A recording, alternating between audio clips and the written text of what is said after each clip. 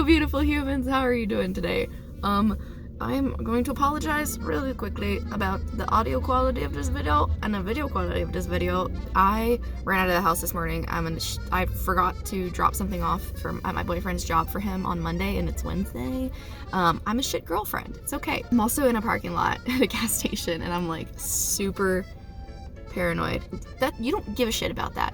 Let's talk about this standalone book that I just read called Den of Vipers. Basically, this book is about this badass. She's a genuine badass in my opinion. She's kind of like, she has her emotional hangups and stuff, but like she's worked through a lot of shit.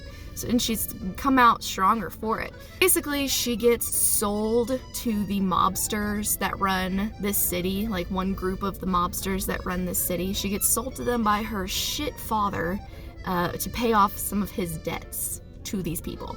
So they go to collect. They realize that she ain't gonna be no little demure flower, and they love it. They take her in, and then there's like this push and pull of her acknowledging that maybe there's some Stockholm syndrome, and them being like, ooh, shiny, pretty, badass, you're not gonna leave us, you're ours now. It's not exactly a bully romance. I don't think you could call it a bully romance. The storyline itself follows kind of a basic, like, mobsters fighting for this control of the city, which is kind of the external plot that is happening, but then the internal plot is, of course, the romance between the main character and the harem of dudes.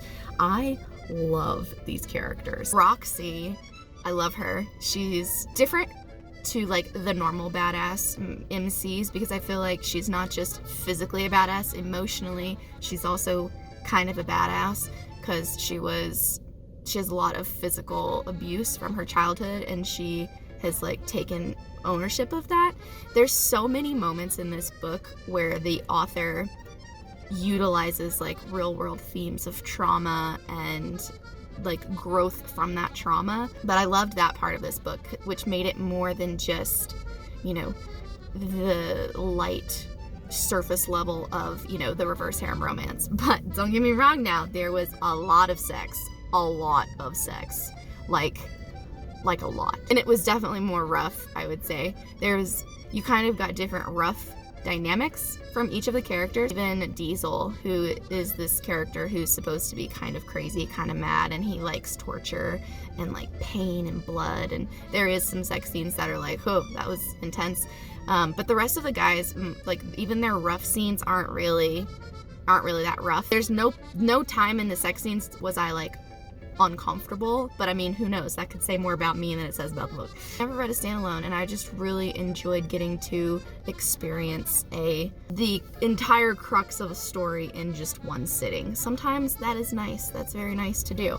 And the harem itself, the dynamic between her and the rest of the dudes was really natural, and I don't know if that's just because like it was set in like the real world, and everyone just kind of like, the guys were already a unit before her, and it was just like natural to be like, yeah, cool, we're gonna share you.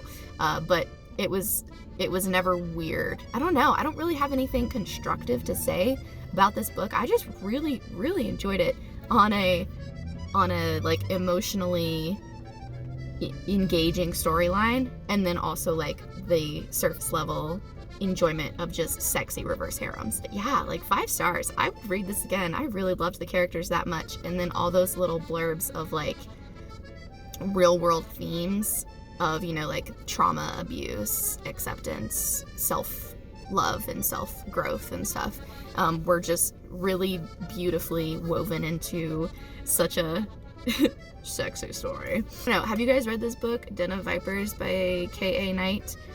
If you have, please leave a comment down below letting me know your thoughts about it. I'm not gonna lie, I did wind up like just kind of flipping through a few of the sex scenes because legitimately there are so many. Like, so many.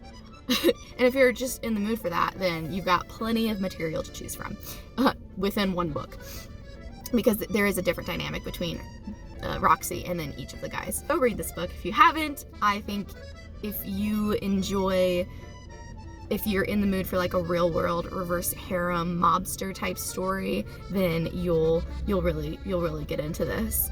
If you're kind of squeamish and you don't enjoy any type of rough, bloody, aggressive, very much like take sort of sexy scenes, then you might want to steer clear of this one, because there's a few that are questionable. Thank you for watching. Thank you for letting me be awkward and film in my car for you. I know I missed last week, and I didn't want to miss again this week, even though things are kind of busy.